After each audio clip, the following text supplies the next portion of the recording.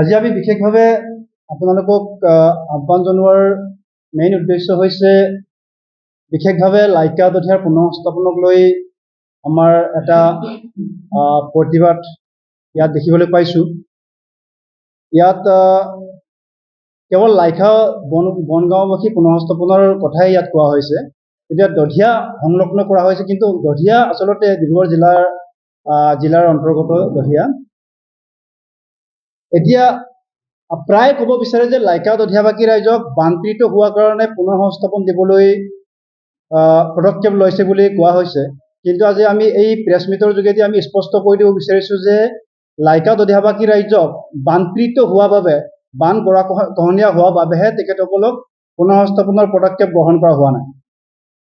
আচলতে 1950 চনত যেতিয়া বৰ ভূমিকম্প হৈছিলে সেই সময়ত পীড়িত ভূমিকম্পত ঘৰ ভেটি হেৰুৱা আমাৰ জনাই মৰকং চেলেকৰ একাংশ পৰিয়ালক, গৃহহীন পৰিয়ালক তেতিয়াৰ ডিব্ৰু অৰণ্যৰ মাজত লাইকা বনগাঁও হিচাপে আৰু অবিভক্ত ডিব্ৰুগড় জিলাৰ ৰহমৰীয়া অঞ্চলৰ পীড়িত লোকসকলক দধিয়া বনগাঁও হিচাপে দুখন বনগাঁও চৰকাৰে ডিব্ৰু অৰণ্যৰ মাজত সংস্থাপন কৰা হৈছিল।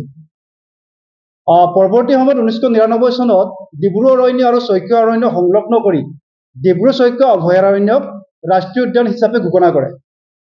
ৰাষ্ট্ৰীয় উদ্যান ঘোষণা কৰাৰ আগতে লাইকা দধিয়াবাসী ৰাইজক সকলো চৰকাৰী সা সুবিধা তাত দিয়া হৈছিলে। তাত স্বাস্থ্য ব্যৱস্থা, শিক্ষা ব্যৱস্থা, ৰাস্তা ঘাট সকলো চৰকাৰী ব্যৱস্থা তাত দিয়া হৈছিলে। কিন্তু যেতিয়া 1999 চনত লাইকা দধিয়াবাসী ৰাইজৰ অজ্ঞাতে ডিব্ৰু শইকীয়া অভয়াৰণ্যক তেতিয়াৰ ৰেঞ্জাৰসকলে, তেতিয়াৰ আমোলাসকলে ডিব্ৰু শইকীয়া অভয়াৰণ্যক ৰাষ্ট্ৰীয় উদ্যান হিচাপে ঘোষণা কৰে, যিটো অসাংবিধানিক। ইয়াত প্ৰথম কথাটো হৈছে যে আপোনালোক সকলোৱে জানে পাহাৰপুৰত কেনেকুৱা অবৈধভাৱে বহুত হেক্টৰ ভূমি কয়লা খননৰ নামত ধ্বংস হৈ আছে প্ৰত্যেক বছৰেই। ইয়াত আমি গোন্ধ পাইছোঁ, ইয়াত জনাই কালিৰ কিছুমান পাণ্ডেট এজেণ্টে আৰু লগতে পাহাৰপুৰ অঞ্চলৰ কিছুমান কয়লা মাফিয়াই আমাৰ স্থানীয় সাংবাদিকসকলক অন্ধকাৰত ৰাখি তেওঁলোকৰ যি মুনাফা এই আদায় কৰি ল'ব বিচাৰিছে।